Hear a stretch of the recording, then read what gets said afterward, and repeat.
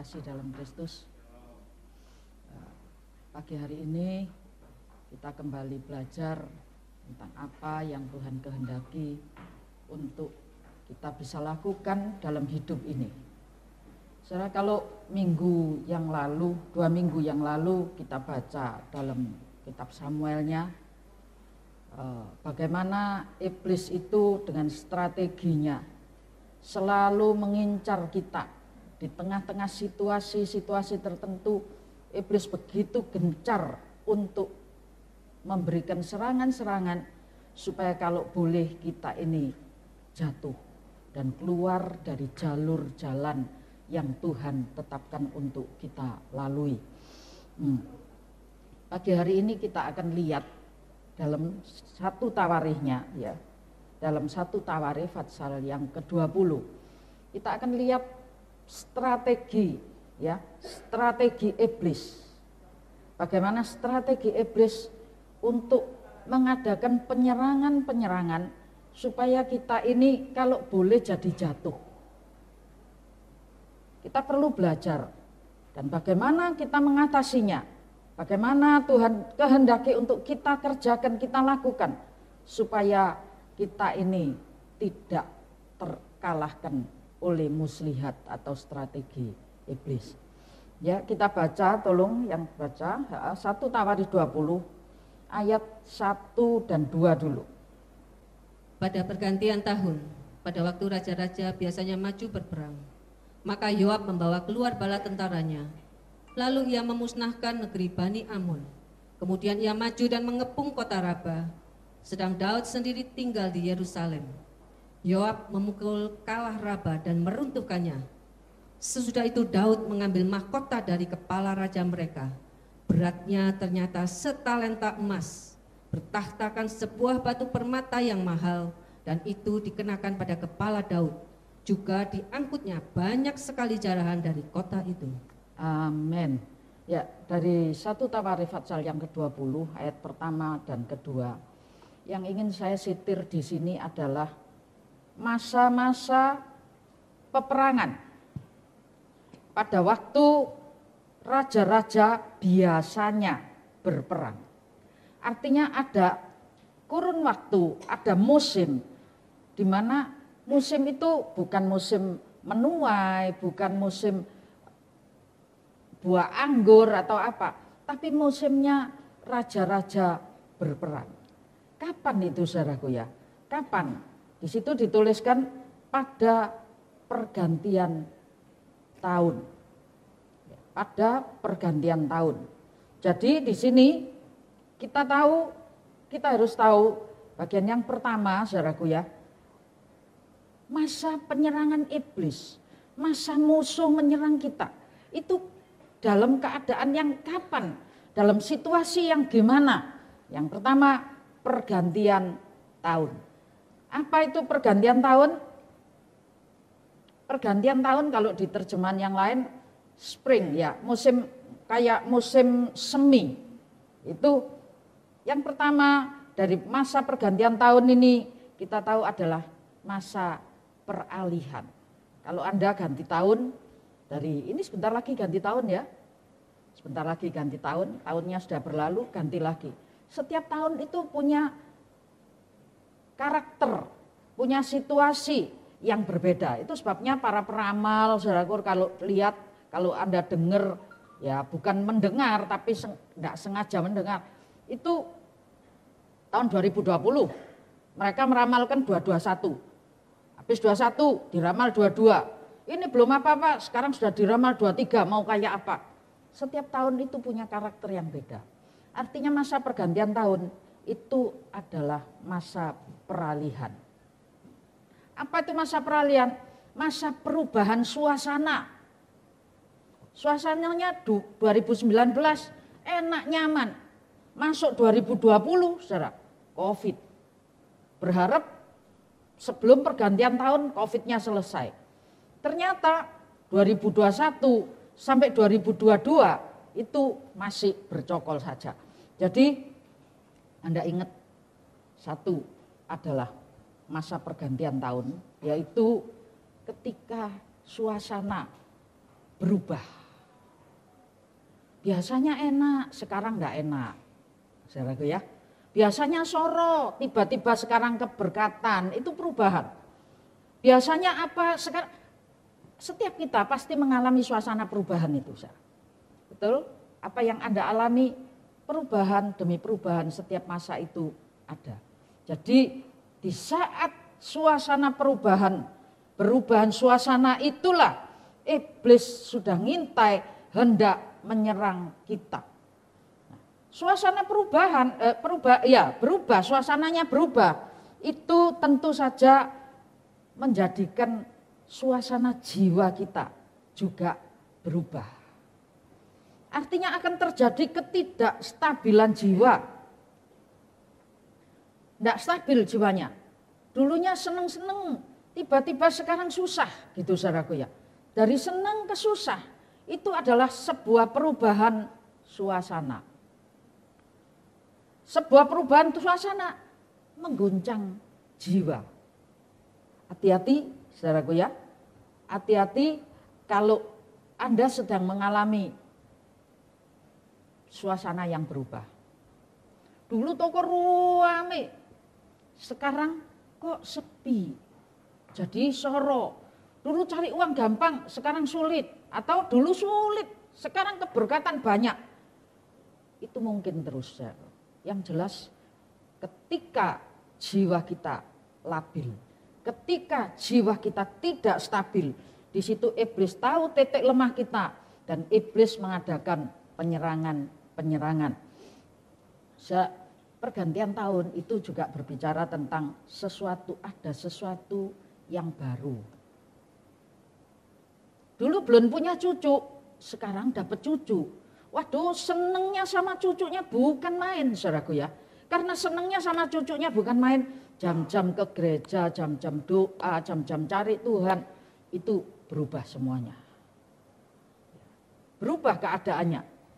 Anda ingat cerita yang ada di Lukas 14, enggak usah dibaca ya. Ketika raja mengadakan pesta, memberikan undangan kepada para undangan. Para undangan ini ada banyak yang menolak.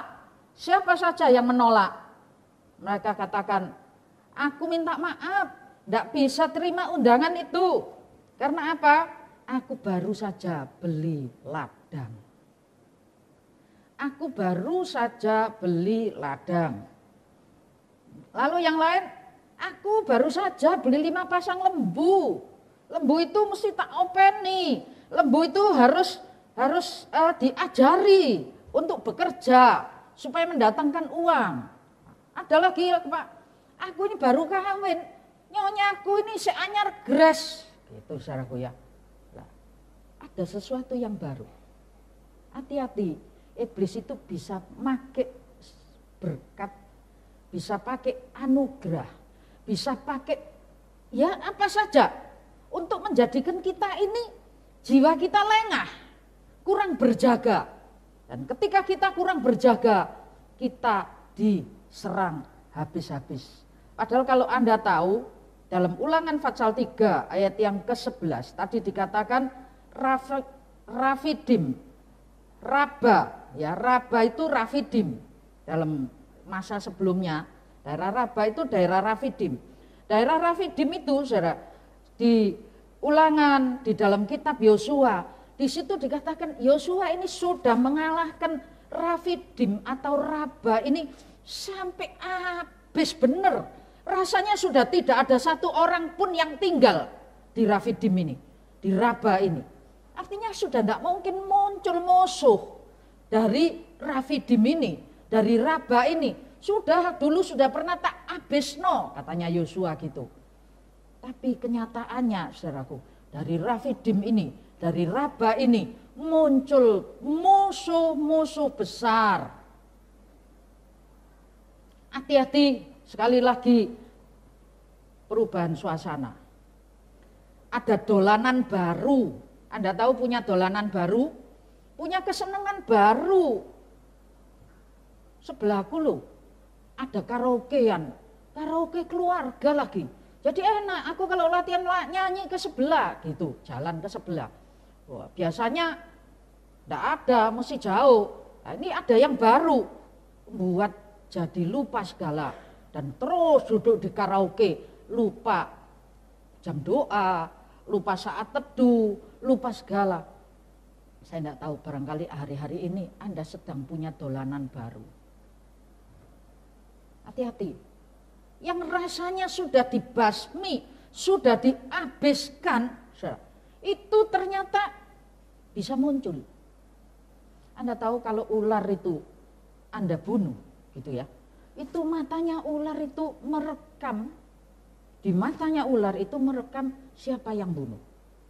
Jadi di kornea di matanya itu melihat dan seperti kamera bisa merekam siapa yang terakhir dia benci, musuh sama dia. Saudaraku. Saya pernah mimpi saudaraku ya. Waduh, dalam mimpi itu ada pertempuran hebat. Ada ular itu dari belakang rumah sampai terbang ke depan rumah, nyegat saudaraku. Dan satu kali ketika ada peperangan itu, saya bawa bambu, saya cuma ingat di dalam mimpi itu, saya bawa bambu. Katanya ular itu pengapesannya bambu, gitu saudaraku ya. Bener, enggak, tapi dalam mimpi itu. Yang jelas pengertiannya adalah saya sebetulnya bawa senjata. Gitu ya. Oh, saya perang sama ular besar itu yang bisa terbang ke depan, ke belakang rumah. Dari belakang rumah nyegat ke depan, gitu saudara. Lalu balik belakang lagi. Nah, di belakang itu ketika saya pukul, katanya dari tengkuk. Di mimpi itu bisa jelas saudaraku ya. Dari tengkuk itu kira-kira 1 kilan gini. Saya pukul dan ular itu hampir mati. Anda tahu, di mata ular itu saya lihat, gambar saya ada di sana. Dan satu kalimat yang saya dengar, dia tidak pernah lupa untuk mencari kesempatan membalas. Anda harus tahu, di Raba, di Rafidim sudah dihabiskan oleh Yosua. Tapi ternyata masih ada saja bibit-bibit musuh ini, saudaraku. Atau dibaca sebentar Ulangan ini ya. Siapa sih yang di sana? Yang di sana itu orang gede-gede. Anda tahu orang gede? Golongannya Goliat. Orang-orang Gad. Yang dijelaskan di dalam Ulangan pasal yang ketiga ayat yang ke-11. Ulangan 3 ayat 11. Hanya Og, Raja Basan yang tinggal hidup dari sisa-sisa orang Refaim. Sesungguhnya ranjangnya adalah ranjang dari besi. Bukankah itu masih ada di kota Raba, Bani Ammon? 9 hasta panjangnya dan 4 hasta lebarnya, menurut hasta biasa. Ya, saya tahu ini dijelaskan semua sudah mati, tapi ternyata masih ada sisa, masih ada benih. Benihnya itu bukan orang biasa, tapi keturunan raja. Seorang raja dan turunannya. Dan penjelasan saya ambil ayat ini, saudaraku, dikatakan ranjangnya dari besi. Ranjang zaman dulu itu bukan besi yo, amben lincak. Dari kayu, dari bambu gitu. Saya ingat ketika kita retret di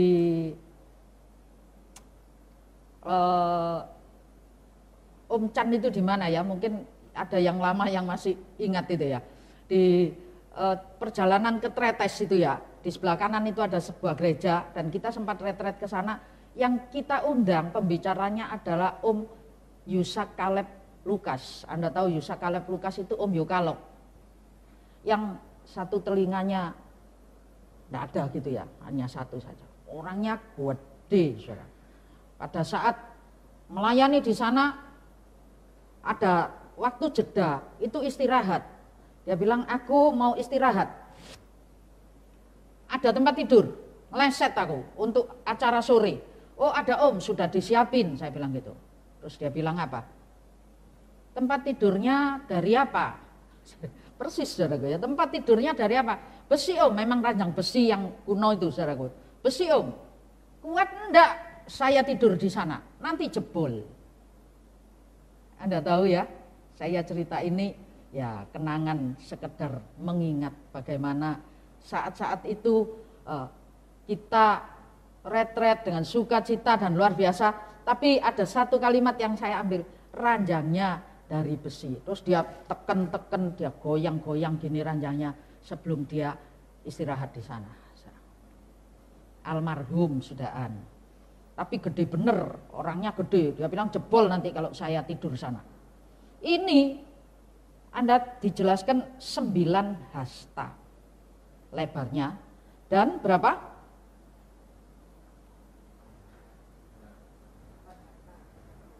9 hasta lebarnya, 4 hasta 9 hasta panjangnya, 2 hasta lebarnya. Saya jelaskan kurang lebihnya 1 hasta itu 47 sekitar 47 cm. Artinya ya anggap aja 50. Kalau 9 hasta panjangnya itu kalau kali 50 cm 4,5 meter. Ranjangmu ukuran berapa? Ayo, 2 meter.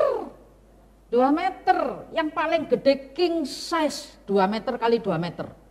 Yang biasa 2 meter kali 180, yang queen 2 meter kali 160, tapi panjangnya 2 meter. Kalau ini ranjangnya tempat tidurnya dibuat 4,5 meter, orangnya seberapa? Tidak cukup ranjang 2 meter, cuma muat separuh buat duduk tok gitu saja. Tidak cukup, 2 meter, lebarnya 2 meter, itu twin ankle saudaraku ya, bukan yang double. Lebarnya 2 meter, tempat tidur untuk 1 orang, lebarnya 2 meter, ya 4 hasta, panjangnya 4,5 meter. Berapa kali kita?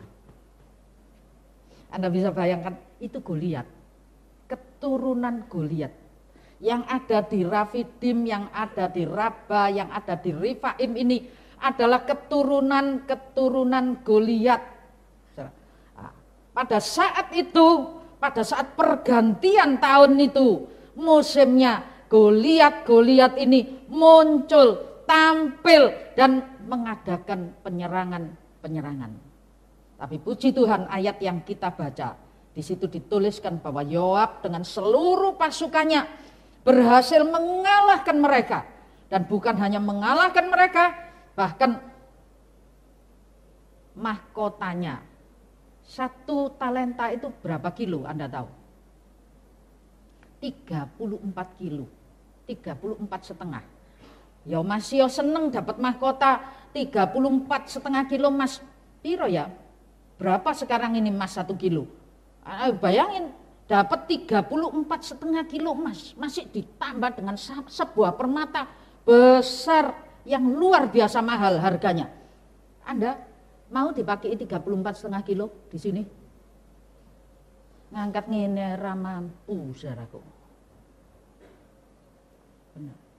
Hati-hati, berkat ini seringkali juga buat kita jadi kewalahan, buat kita jadi jiwa kita tidak stabil, dan dampak dari ketidakstabilan jiwa kita bisa mengalami kekalahan di dalam peperangan. Saya menjelaskan ini supaya Anda tahu, masa ada yang baru, punya dolanan baru, punya kesenangan baru, ada suatu perubahan terjadi, ada tawaran yang manis terjadi. Hati-hati, saudaraku. Itulah masa yang dipakai oleh iblis untuk menyerang kita, karena dia tahu ketika itu terjadi, jiwa kita sedang lengah dan sedang labil. Amin. Ya. Jadi strateginya iblis yang pertama. Ya, yang kedua, saudara, saya tidak ulang lagi, ini saya buat sekilas saja. 2 minggu lalu saya sudah bahas sedikit. Kapan? Ketika Daud sudah dapat mahkota 34,5 kilo tadi, setengah kintal, men, saudaraku. Siapa tidak seneng? Gini diam-diam dikasih setengah kintal emas yo, yang guyu-guyu saudaraku ya. Lalu lali gereja, soalnya untuk dapat 34,5 kilo emas. Nah, setelah Daud dapat itu, lalu kalau dibaca, tidak usah dianu tapi ya, dari ayat yang ke 4 sampai ayat yang ke-8, ya, di situ terjadi penyerangan lanjutan. Hati-hati, zona nyaman. Mahkotanya raja kalau sudah diambil artinya sudah menang. Sudah menang. Merasa nyaman, merasa aman, merasa tenang. Hati-hati dengan zona nyaman. Ketika tidak ada apa-apa. Tahu-tahu gunung Semeru meledos. Waduh, laharnya apanya. Buat penduduk sekitar jadi kelabakan. Itu sebabnya pemerintah melalui BMKG selalu saja memberikan peringatan. Siaga 1, siaga 2, siaga 3, warga diharap pindah, mengungsi. Ketika alat yang ada di BMKG itu tidak bisa mendeteksi adanya kemungkinan serangan, warga aktif melakukan kegiatannya. Ingat di Palu? Ingat di Palu, saudaraku ya, ketika tidak ada apa-apa. Tahu-tahu buminya bergeser jauh, jadi palungan. Sekarang ini BPN, Badan Pertanahan Nasional itu, di sana mau metak hak miliknya orang jadi bingung, saudara. Karena semuanya bergeser, dan bergeser itu jauh sampai setengah kilo. Baru ini saya dengar di mana? Bogor, tanah juga geser. Ya toh, bergeser, tahu-tahu retak, tahu-tahu bergeser.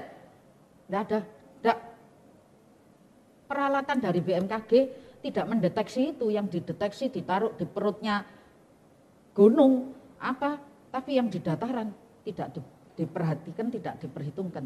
Nah, ketika Daud sudah merasa nyaman, zona nyaman, maka apa yang terjadi? Muncullah keluarga dari Goliat.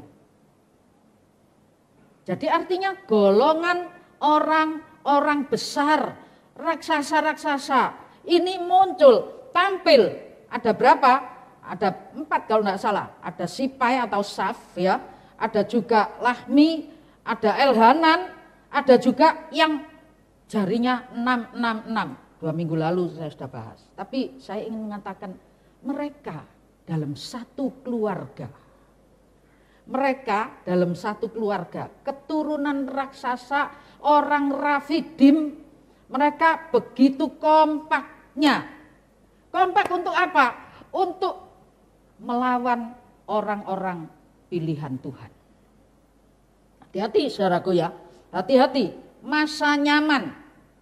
Oh, semua baik-baik, tidak ada yang sakit, berkat ada, cukup kabeh, anak-anak baik, mantu-mantu baik, cucu-cucu baik, keadaan baik, toko baik, gitu.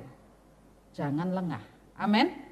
Jangan lengah. Itu adalah masa iblis siaga untuk mengadakan penyerangan beruntun.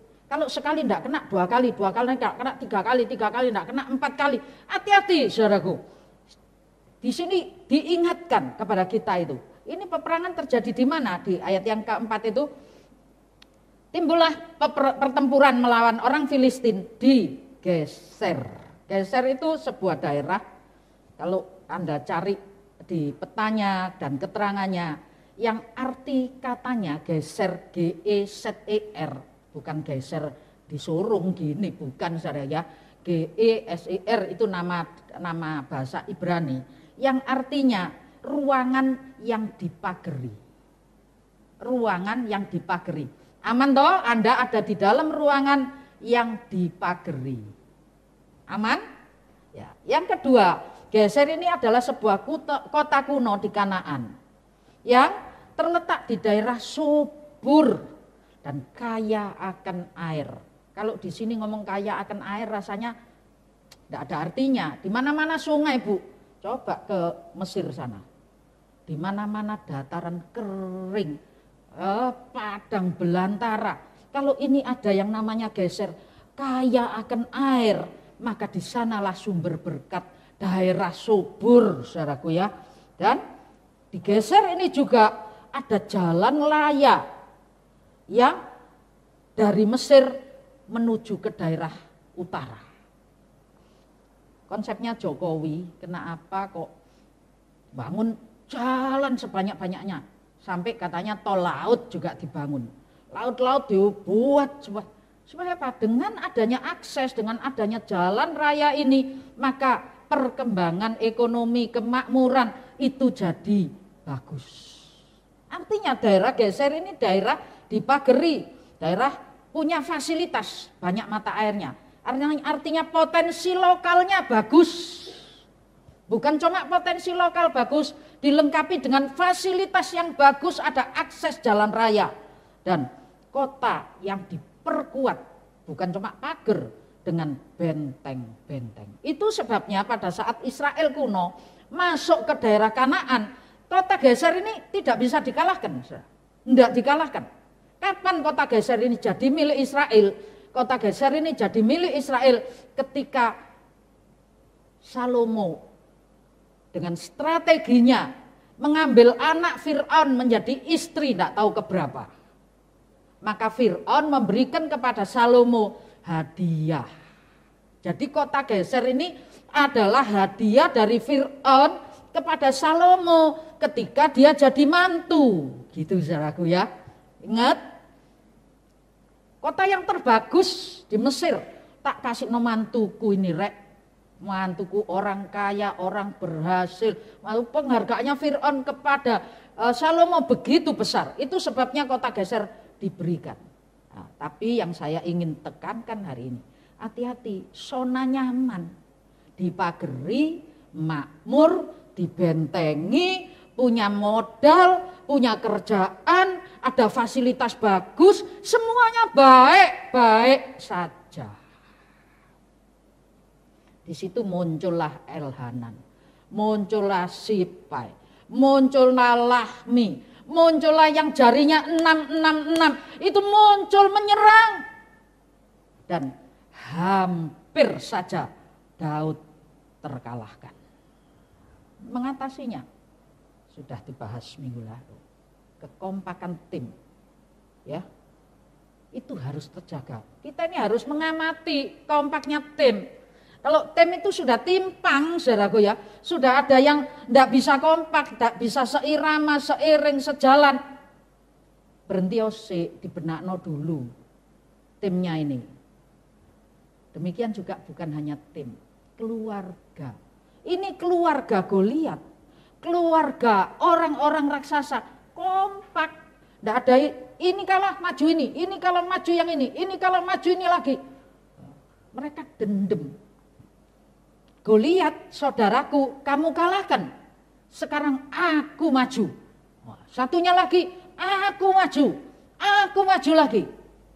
Halo, keluarga Anda kompak? Tim Anda kompak? Tanda tanya.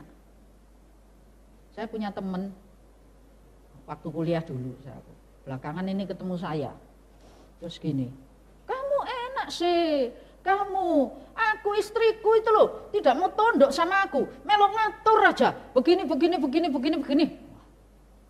Waduh, saya bilang, jadi kamu tidak berhasil, yang salah siapa? Ya istriku itu, coba aku dapat dukungan, aku pasti beda.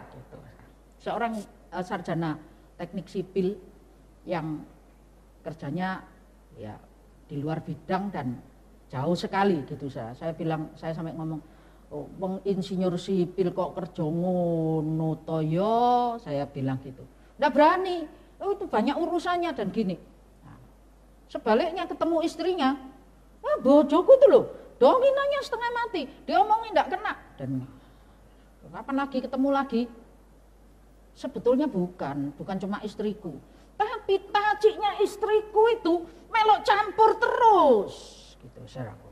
Wes, Anda tahu apa? Ini contoh praktis. Kalau dalam keluarga itu tudingan kabeh. Tidak ada yang percaya. Alkitab menuliskan Lukas 11 ayat 17. Kalau kerajaan itu saling tidak bisa mendukung, maka pasti hancur. Saya ingatkan keluarga Kristen, anak-anak Tuhan. Timbek gereja, jangan bendol mburi. Inggih mboten kepanggih. Ndak ketemu saudara, ndak bisa. Kita ini teamwork itu harus clear. Karena di hadapan pemandangan Tuhan tidak ada satupun yang dapat kita sembunyikan. Demikian juga iblis yang mengincar kita. Itu dia selalu tahu titik lemah kita di mana. Dan di sanalah kita diserang. Ya. Anda tahu di Efesus 6:12, enggak usah dibaca ya biar cepat. Iblis itu kerjanya terorganisir. Strukturnya jelas. Kenapa saya katakan iblis terorganisir? Ya, Efesus 6:12 nanti baca di rumah. Karena perjuangan kita bukan melawan darah dan daging, katanya gitu. Enggak ketok. Darah daging itu ketok, saudaraku. Enggak ketok, tapi melawan pemerintah, melawan penguasa, melawan penghulu udara yang gelap, melawan roh-roh jahat di udara. Mereka punya spesifikasi. Dan kalau Anda tahu pemerintah, disebutkan pemerintah, itu ada pemerintahan, ada strukturnya.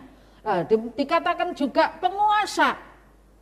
Kalau di Bali ada penguasa pemerintah, tapi juga ada raja-raja daerah, ya, yang nama gelarnya Anak Agung, yang nama gelarnya Cokorda, itu semua punya jadi penguasa, saudaraku, di daerahnya. Dan ada banyak yang lain, semua terstruktur dengan sangat bagus. Ini saya ingin tunjukkan bahwa keluarganya Goliat masing-masing punya kelebihan, masing-masing punya keahlian, masing-masing punya spesifik, dan mereka melihat ketika Daud merasa di zona nyaman, maka mereka mulai maju dan menyerang. Untung saja teamworknya Daud, orang-orangnya Daud itu masih solid, sehingga ketika penyerangan itu terjadi, ada ponaknya Daud yang namanya Simei, ada yang namanya siapa, semua menyerang, membantu, jadi satu tim. Saya ingatkan, kelompok keluarga Allah kekal itu sebetulnya bentuk tim yang membuat solid satu dengan yang lain. Salah satu fungsi daripada kekal adalah saling mendoakan antar anggota. Kalau ada yang kesulitan, kalau ada, bukan jadi rasan-rasanan. Ingat saudaraku ya, bukan untuk dibicarakan, tapi untuk didukung dalam doa. Amin. Amin. Jaga teamwork itu. Tim apa saja, semuanya harus solid. Kalau tidak, jadi parah. Ya, jadi kesatuan ini harus dijagai. Itu sebabnya Rasul Paulus berulang-ulang menuliskan, hendaklah kamu sehati, sepikir. Satu tujuan. Jangan masing-masing punya tujuan sendiri-sendiri. Kalau tujuannya beda-beda, nanti jadi beda. Jadi melawan peralihan, menang. Masa peralihan. Kelabilan jiwa, itu masih bisa menang. Melawan zona nyaman, lalu penyerangan beruntun, itu masih bisa menang. Anda kalau tahu penyerangan beruntun ketika Daud larikan diri dari kejaran Absalom, salah satu strategi daripada penasehat Absalom adalah mumpung dia masih kesel, kejar lagi, bunuh sampai mati. Ini taktiknya, mumpung kesel, ayo kejar, ayo diserang lagi, didatangi lagi, gitu saudaraku. dan yang ternyata sulit dikalahkan. Itu apa? Ini coba dibaca dalam 1 Tawarik 21-nya. Ayat 1 sampai 3. 1 Tawarik 21 ayat 1 sampai 3. Iblis bangkit melawan orang Israel dan ia membujuk Daud untuk menghitung orang Israel. Lalu berkatalah Daud kepada Yoab dan kepada para pemuka rakyat, "Pergilah, hitunglah orang Israel dari Beersheba sampai dan bawalah hasilnya kepadaku, supaya aku tahu jumlah mereka." Lalu berkatalah Yoab, "Kiranya Tuhan menambahi rakyatnya 100 kali lipat daripada yang ada sekarang. Ya Tuanku Raja, bukankah mereka sekalian hamba-hamba Tuanku? Mengapa Tuanku menuntut hal ini? Mengapa orang Israel harus menanggung kesalahan oleh karena hal itu?" Tahu saudaraku ya, tadi 2 menang kan? Wah, diserang beruntun, yang menyerang juga raksasa-raksasa, menang. Bisa dimenangkan. Yang satu peralihan, dikasih dolanan, dikasih berkat, dikasih hobi baru. Dulu ndak seneng poco-poco, sekarang lek poco-poco lali sembarang. Itu olahraga, Bu, gitu. Iyalah olahraga, tapi mosok sampai lali sembarang. Tapi menang, saudara. Ternyata musuh terbesar itu adalah ego. Tahu saudara? Ego. Musuh terbesar itu adalah yang ada di dalam diri kita sendiri. Iblis belajar itu, teknik psikologi dipelajari oleh iblis. Ternyata kalau diserang dari luar, kalau diserang lewat ini, kalau diserang lewat itu, orang Israel masih bisa bertahan. Yang susah untuk bertahan adalah ketika egonya yang diserang. Iblis bangkit menyerang orang Israel lewat apa? Lewat Daud rajanya. Wah, ngitung pasukan salah? Tidak. Katanya Amsal, kalau kamu mau perang, kamu harus count dulu, hitung dulu kekuatanmu. Apanya yang salah ini? Yoab sangat merasa ada kesalahan terjadi. Ndak lazimnya, ndak umumnya, saudaraku. Kesalahan ini adalah egonya. Aku ini punya pasukan berapa sih? Aku ini kayak apa sih? Jadi saudaraku, ego itu musuh terbesar kita. Hidup, apa itu ego? Hidup hanya untuk diri sendiri. Ya, sebuah kepercayaan terhadap diri sendiri terlalu minder, enggak punya percaya diri itu juga salah. Tapi kepercayaan yang tidak sehat terhadap diri sendiri itu juga repot. Arogan, ambisi yang egois, itu ego, saudara. Nah, saya ambil beberapa contoh untuk gampangnya. Ya, orang ini biasanya bisa ngelawan lain, tapi ngelawan egonya enggak bisa. Contohnya apa? Yunus, kepercayaan diri sendiri yang berlebihan. Dia punya prinsip, aku tidak mau ke Niniwe untuk memberitakan iblis, memberitakan Injil, keselamatan, memberitakan firman Tuhan, aku enggak mau. Tuhan suruh dia berangkat ke Niniwe. Yunus bilang, Tarsis, lari paling jauh. Saudaraku, apa yang terjadi? Yunus terlalu percaya pada dirinya sendiri, sebuah kepercayaan yang tidak lazim. Sehingga itu walaupun tahu salah, walaupun ngerti salah, angel dibetulno. Orang cenderung untuk membenarkan diri apa? Yang salah siapa? Kalau ditanya, yang salah siapa? Halo, yang salah siapa? Cari telunjuknya keluar, saudaraku ya. Jadi ego ini, salah satu contohnya adalah Yunus. Hari ini, saya tidak tahu, egomu terlalu tinggi kah? Saya tidak ngerti juga.